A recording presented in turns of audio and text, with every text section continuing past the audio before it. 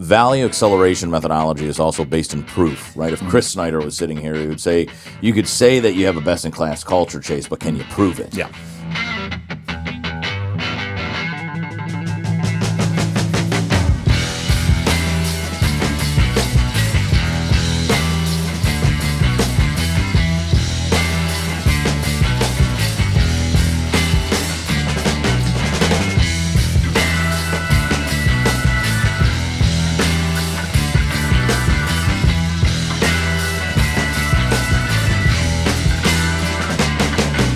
Hey, everybody, and welcome back to the Exit Is Now podcast with me, your host, Scott Snider, hanging out with one of our own here, Chase Ross, who's our Senior Director of Operations at EPI. Thanks for coming back to the show, my friend. Thanks, Scott, for having me. Excited to be here. Yeah, we in this half of our Exit Is Now season, we started this season by really investigating these 4 elements at EPI that we believe create a value creator culture. We've talked to rhythm, we've talked to performance, mentality, and vision. And the style of the last few shows is we've introduced 2 episodes with a subject matter expert. Then we've brought in an EPI executive to dive a little bit deeper. And so with Chase, I wanted to bring Chase into the studio to round out this first half of our season together, to now dive deep into the things that Renee Russo, our Exit Planner of the Year, talked to and introduced, primarily around things that I think Chase really helps manage here at EPI. When I think about Chase and his role as an operator, he really focuses on the rhythm, so the jive of our company. How are we making decisions? How are we communicating? How are we interacting? How are we collaborating? And then, of course, performance, the fourth, but certainly not least, element of value creator culture, because I think if you looked at it, everything has to add up to performance. You have mentality, the way we think, vision, the strategy and where we want to go. We have rhythm, the way we're communicating, and it all has to lead towards performance. So, Chase, you have kind of an interesting career background here at EPI. You started as a marketer, so you're on the marketing team. Yep. Then you went over to product development, and then you now are in operations. So kind of I would say a different trajectory. That's why I smile. And so tell us about your role that you have now at EPI as an executive. Sure. So I view it as overseeing 4 different departments or branches here at EPI. So the first one being product development. So these are the folks who are creating mainly our different online courses, your SEPA program, EPI Academy, plus some other, ancillary products that we have or new things that come up that we want to try and put together. Then that moves into our fulfillment team, who are the folks who are working with what we describe as your SEPA candidates, those who have purchased the program but have not actively completed it yet. Either they are waiting for their program to approach, or they are actively going through it. It's the week of or the exam week after, and you're going to work with the fulfillment team up until the point of passing your exam. And then from there, you move into member experience, who are the folks that once you are a actual member of the organization, you've passed your exam, you've become a SEPA, you are going to work with your dedicated member experience representative. And then lastly, we also have what we would consider like our internal operations, like those who are working with the different, office management, different vendors that we have, HR, working with employees, et cetera. So those 4 different branches we have all under the overarching umbrella of operations. Each one has their own manager that is, working closely with the folks of that department each day. And then I'm helping support each of those managers in their role. I like to describe my job as saying, my job is to make everyone else's job easier. Absolutely. And how can I make your job, more efficient and, take away some of the stuff that is bogging you down so that we can, have conversations to make everyone's lives easier. I think I think it's really interesting, and I think it's a great story for our audience as well, as particularly even younger folks that are aspiring executives one day. Is that Chase says is really unique, right? Now, there's not many people operating a business that came out of creative marketing, right? Sure, and yeah. So when we had this opportunity at our organization to bring Chase in now as a senior director of operations, I loved that he could take his, and I'd want to see how you feel about this. Is like I love that how you took your creativity that made you a really good marketer. Mix it with your quality control, because I think you actually came in first on the marketing team to also help quality control, if you remember.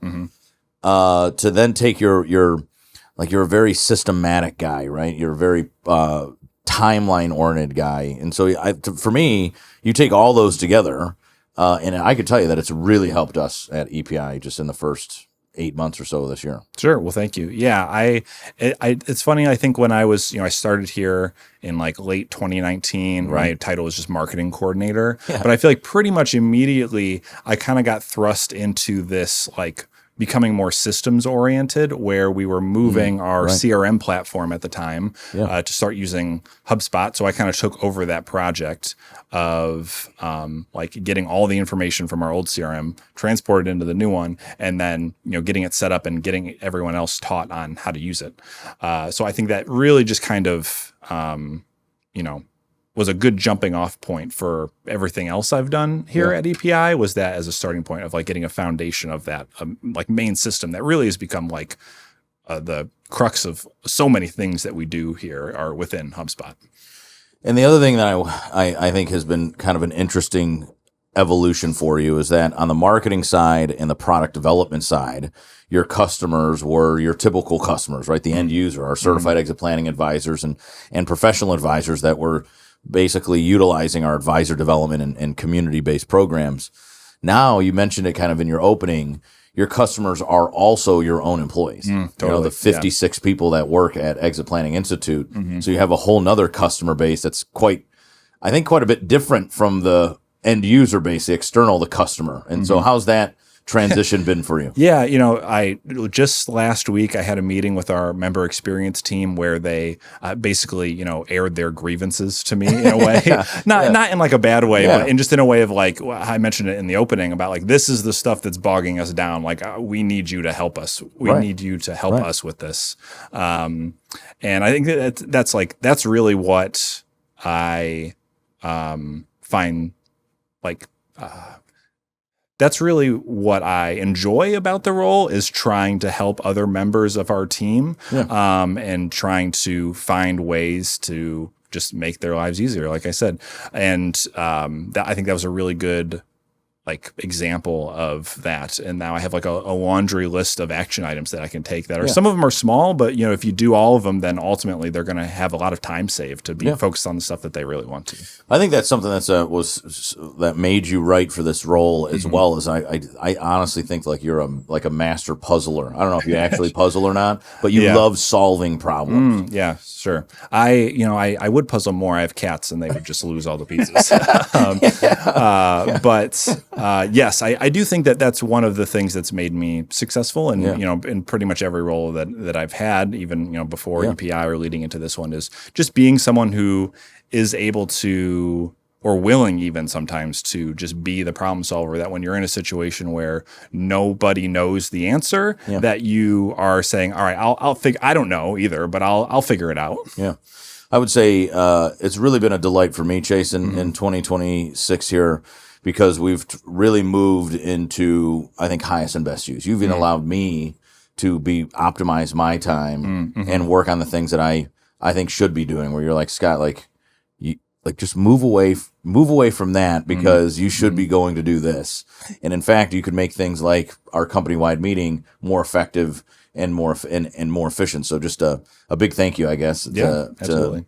Into what we've become, what we've been able to do this year, and what we've become. I think for many of us, our listeners, and for many of our advisors, they know the EOS model, right? So I try to lean into that a little bit, and the language that they use in the entrepreneurial operating system is integrator and visionary. And me and you, you're basically, for those of you listening, for viewing online, you have those two kind of relationships. You have the person now running the business and the person that's a visionary. So it's kind of cool sit on the show with you. So let's dive into it. I want to particularly brought you here again to discuss 2 of the 4 elements of value creator culture, rhythm and performance, because I think it really is critical to an operator. So let's start with rhythm at our company, which I think is actually pretty critical to our culture. It's the way we communicate, the way we come together, the way we jive.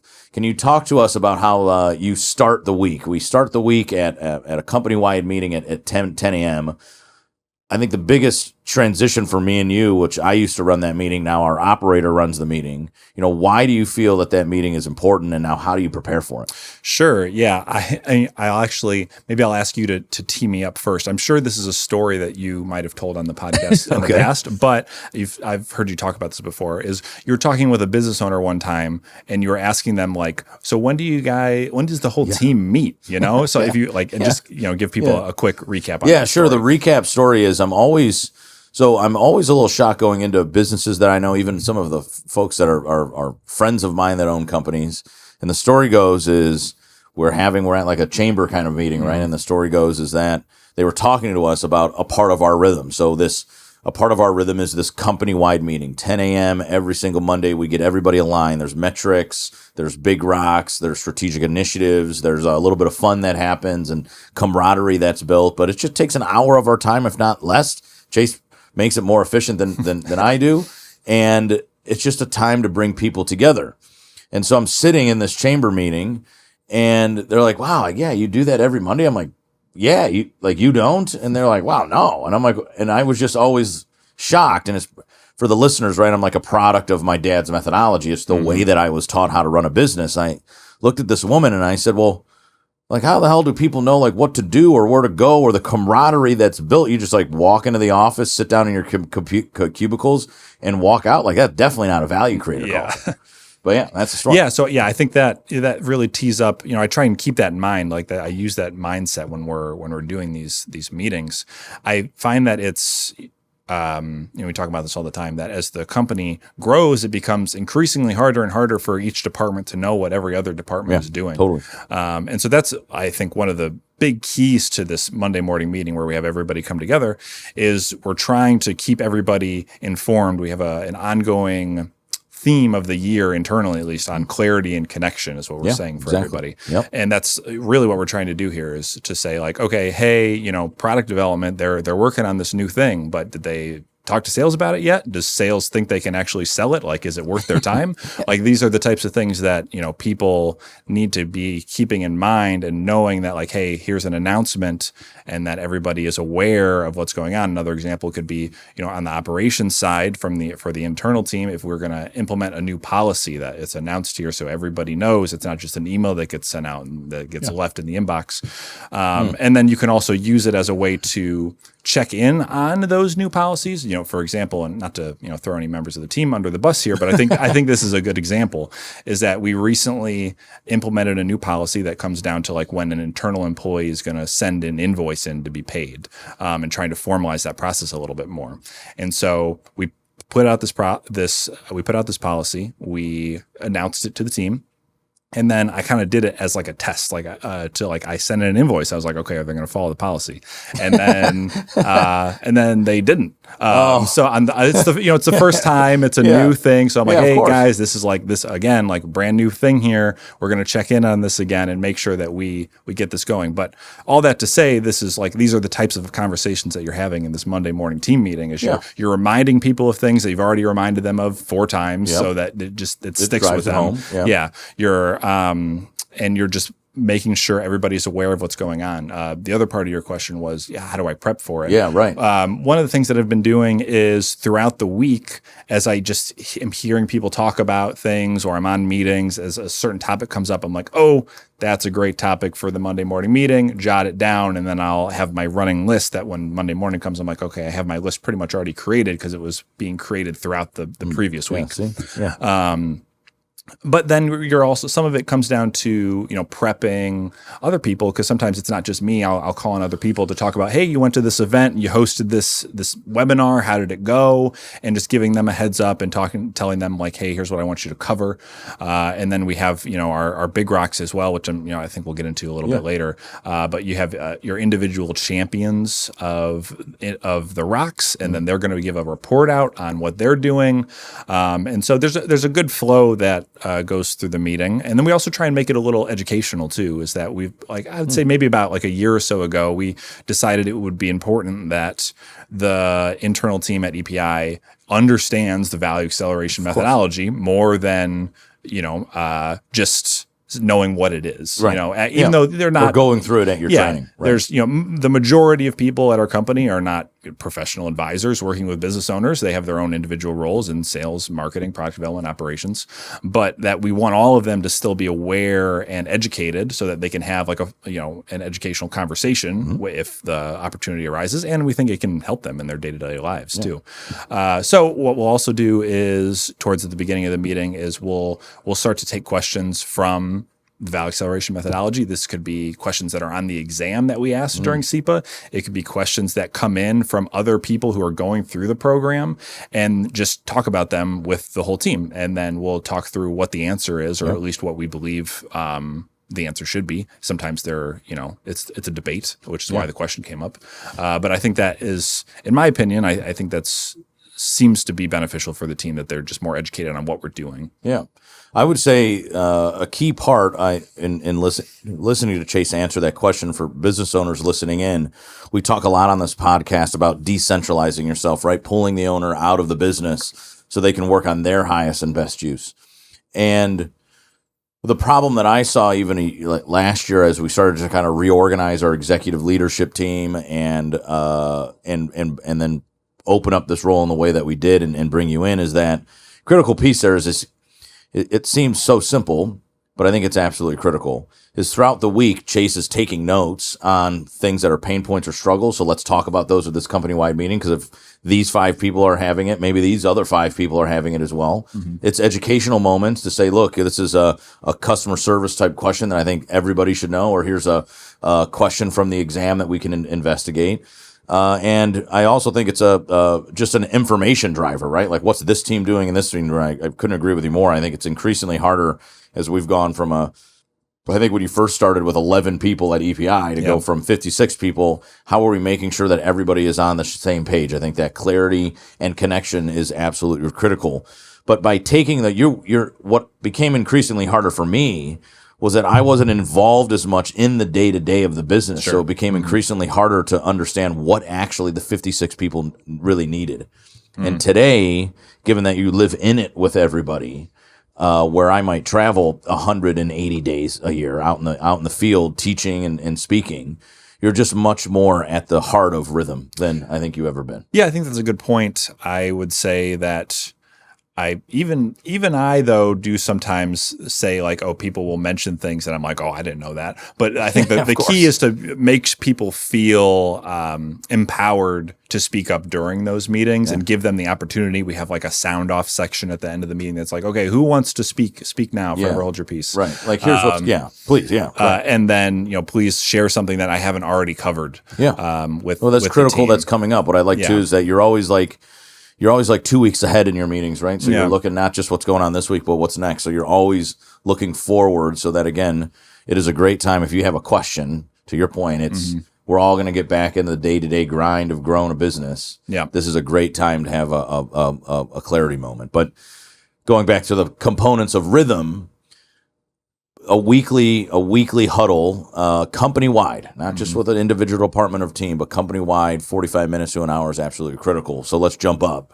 Then what we have is also a part of rhythm is a quarterly renewal. The quarterly renewal is really modeled after what we are taught inside of the value acceleration methodology. Chris talks about these 90-day sprints that always end with a quarterly renewal, where in part, we're renewing things like mission, vision, and values. We're providing examples of those things. But we're also understanding what was good, what was bad for the quarter. And you always challenged me in the past. Now you run these workshops as well. Is you've always challenged me to to do these start-stop exercises. Sure. In the last 90 days, what went really well that we should keep doing? What is not going well that we should probably not, probably stop doing? And what are the things that we feel we should start doing? So talk to me about that quarterly renewal and why that is an important segment of Rhythm as well. Sure. So I think over the years, we've done a lot of different renditions of this. Probably, we've had different elements of, what pieces we're covering during these. I think over the last, maybe 2 or 3 quarters, I think we've got a really good format down that we've kind of been sticking with. So we would start off with talking through a renewal of core values. So we have our 7 core values at EPI that we try to truly live by. Sure. And to provide the proof to that is to have members of the team come to the quarterly renewal and just share examples of teammates they saw living the core value. And then I think it's also a very good, feel good moment that you're able to compliment other members of the team, and people are feeling good that they were complimented. So I think you're kind of accomplishing 2 things here. 1, you're confirming that their core values are actually being lived. And 2, you're recognizing people at the company for going above and beyond. Then you would move into an activity of some kind. This is kind of where we would pick we kind of change it up a little bit depending on what we want to do. Like, for example, last quarter, we did one where we picked 4 topics that we find are important at EPI. And this is, where I'm talking things like the SEPA program or Summit.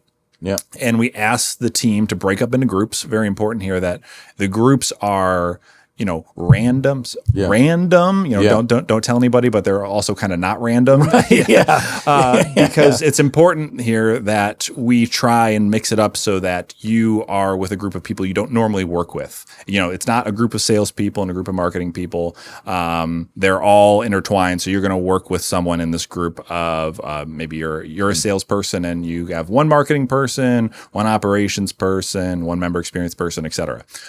So you're getting to actually have conversations with people that you're not talking to every day. And in this particular exercise, we said, define how you, in your own words, without looking it up, don't go to any websites, don't pull up the book, define in your words the SEPA program or the Summit.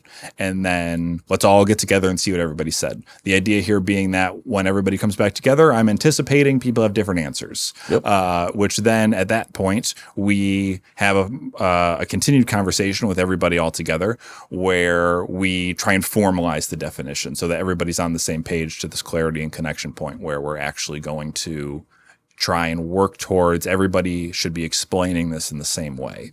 Yeah. So that's just an example of an activity. That's cool. I have a good one planned for next quarter. I won't reveal it yet. Well, but yeah, I have another fun one. I love the surprise. Yeah. But yeah, I think it's another great example. I think, again, to pull from what Chase was talking about for our audience, I think value acceleration methodology is also based in proof, right? If Chris Snider was sitting here, he would say, you could say that you have a best-in-class culture, Chase, but can you prove it? Yeah. And so I love what Chase was talking about in core values is everybody can put the core values up on the wall or on the dashboard, but do we have multiple examples in a 90-day period, not even in a year, but in a short 90-day period? Are there multiple examples of individuals, teams, the whole company living those core values? I think it's talk about a renewal, right? It's like a really good pause point for the individual and the organization to say, well, if there's not many examples, we're either not living on core values or the core values aren't the right ones. Right. And so another good pause point to just kind of in a high growth company, pause and bring everybody back together. So now we're going to take a step up again and go look at the way we handle things on a annual basis. One of the things is our pre-retreat and retreat. I want to focus a little bit more on the pre-retreat because it's a little bit more embracing of the whole company. The retreat for the audience is an executive retreat that really is a culmination of the entire year. We're taking insights from company-wide meetings, quarterly renewals, and then this pre-retreat, and the 5 executives go in and then jive on all of this information to really kind of recreate the 3-year strategy, the 1-year plan, and then first 90-day sprint of the year. So looking at pre-retreat, why do you believe this event is significant? Sure. So I'll give an example, and I think this is a great segue from what we were just talking about, the core values to pre-retreat. So pre-retreat is the time the whole company comes together and talks through, what we've done so far in the year and looking ahead to next year, talking through, and really just the time for people to share their opinions and insights of what they think is needed. Right. And a great example that's core values related is this would have been, I think, 2021, where we had at one of these pre-retreats, we had the whole team come together, and one of the activities we did was, let's look at our core values that we have right now. Do we feel we're living by them, or are we, like aligning with them? The answer at that point was no, basically. We really weren't focused on them at all. And not to say they were bad, but, just nobody really cared, I guess. Right. And so we got rid of them. And then the activity that day became, all right, as a team, collectively, everybody sitting here right now, let's just decide what our new core values are. And then those have stuck ever since, from that point until today. So I think that's just one example of allowing the employees at the company to feel like they're contributing and heard. But, outside of that, you also have things like we do a one big idea competition during this event where you as an individual employee can submit an idea of any kind. It could be something that is a new product. It could be a new, vendor that we should sign up with, or something, completely brand new that nobody's even thinking of. And then you will present on that. And then after a few presentations go, the rest of the team will vote on which idea they want to do. And then we have a pretty good track record. Sometimes it takes a while of actually implementing whatever idea wins. And some of them have been pretty significant for our team. Things like EPI Academy, that was a one big idea. We have our SEPA Connect platform recently launched, that also a one big idea. So super helpful to just get opinions from individual contributors on the team who might not have an opportunity to do so usually. I think the power of feedback is absolutely critical. I mean, what all of this leads to, the whole really first half of our season here on the Exit Is Now podcast, is building a culture about we, not me, right? And so what I love about this is that it gets you, I always say to owners, if you just ask, they'll tell you, And I think that the pre-retreat is a great example of that with the one big idea competition. I mean, can you imagine having 3 to 5 strategic ideas come from the employee base? I mean, it's absolutely critical. And to your point, Chase, too, it's not even just about the winner sometimes. Somebody might not win, but we might go, that's actually a really good idea too, so we're going to implement that one as well. But nonetheless, that kind of rounds some of the key components of rhythm, right? But the gist of it is, there's got to be stuff that's done on an annual basis, stuff that's done on a quarterly basis, and stuff that's done on a weekly basis to really hone in on mentality and hone in on vision and drive that all home. But it also all leads to the last element of a value creator culture, which is performance. So, and I heard at the top of the show, I said it, to me, Chase, it's like you could have mentality, core values, trust accelerators. You can have long-term, short-term vision. You could be communicating information, but it all has to add up to success, to performance at the end of the day. So one of the things we talk about inside of performance is, I think, a lesson for many entrepreneurs, particularly young in their careers, is you have to be able to run the business by the numbers. It's probably something that me and you are still jiving on as you move into this. I've moved into this senior director of operations role. So talk to me kind of, you've been in the role for 8 months or so. What does running the business by the numbers really look like or mean to you? Yeah, so I think one of the key parts of my job, at least in my opinion, is to help make the company more profitable. Right. And I think one thing that I'm very conscious of is, I think when you say that and you say that to all the employees at the team, they might think to themselves, oh man, this guy's going to come in, he's going to slash our budgets. He's not going to hire people when we need to hire people. He's not going to let me sign up for this vendor that I need. Where I like I said, I'm very conscious of really trying to not use that mindset when you're trying to do this. And more so, it's also what I said about efficiency. How can I improve someone's time so that if it takes you shorter to do something, then you can move on to something else, and therefore you're just accomplishing more in a shorter amount of time. That's probably going to lead to more profits down the line. Of course. Or you're looking at different vendors. Is there a different vendor out there that's going to be a better fit for us, or are going to be able to save money in things that people aren't really using? Like, is there a platform that we signed up for 2 years ago, but nobody is using it anymore? So like those are the ways that I try to approach it and it comes to like, how to make the company more profitable. I think one of the other things you and I had a conversation on recently was sometimes in the past, you might just look at the numbers and say, okay, revenue was this, profit was this, looks good. That was that was the goal. That was the goal. We hit the goal. Let's move on. But what if you like dove a little deeper and looked at all of those expenses on an individual level? Even though you hit goal, is there something that you can improve on? Yeah, an individual line item perhaps that stands out. I mean, and that's a great segue, Chase, because I think a part of running the business by the numbers is having great dashboards, right? We have to be able to track key performance indicators along the way. And I think we have two sets that we look at. I think I guess for the audience, there's a similar group of numbers. One's more expanded. One's at the company-wide level. And then there's a certain that embraces some of the stuff we want to see at the executive level. And then we certainly run a little deeper. Can you talk about let's talk about our executive meeting, Chase, and some of the numbers that we're tracking there and show them some of those metrics and why that matters. Sure. Yeah. I think that one thing that a helpful dashboard does is it just, again, this theme of efficiency, it just makes you faster. If you were to say, hey, I need data on how many of X product X person sold. Well, okay, all right, I got to go. I'm going to spend half a day like going through the rest of the deals from the past month and then like getting the number for you and then sending it over, when instead I have a dashboard that's been actively tracking this automatically as we've been going. Again, that's what we use HubSpot for this, where as soon as a deal closes, that information is added to the dashboard that we are actively using.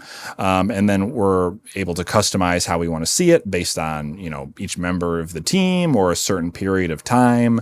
And then we're able to get answers really quickly when we need them.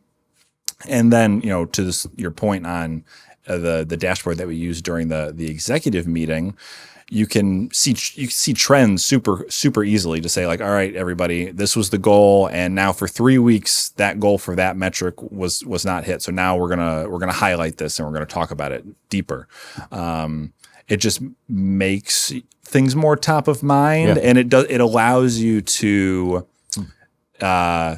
not fall too far behind. So you're not 3 months behind, you're just 3 weeks behind. We can take a pause point and then try and reevaluate. There's a concept between like leading and lagging indicators, right? Yeah. I mean, again, if you have them up and you're spending even 15 minutes on it or even 5 minutes on it, every executive meeting, and again, also happening every single Monday, where the executives get together on a weekly basis, and we could run a half hour, we might be run 2 hours. It kind of just depends on what's going on in any given moment, but we always start that meeting with a look at the dashboard. To Chase's point, it allows you to just make quicker, better decisions, and he absolutely has that theme of efficiencies, no doubt. So part of the performance as well isn't just the metrics that allow us to move the company forward or pivot or make decisions. It's also this concept of powerful feedback.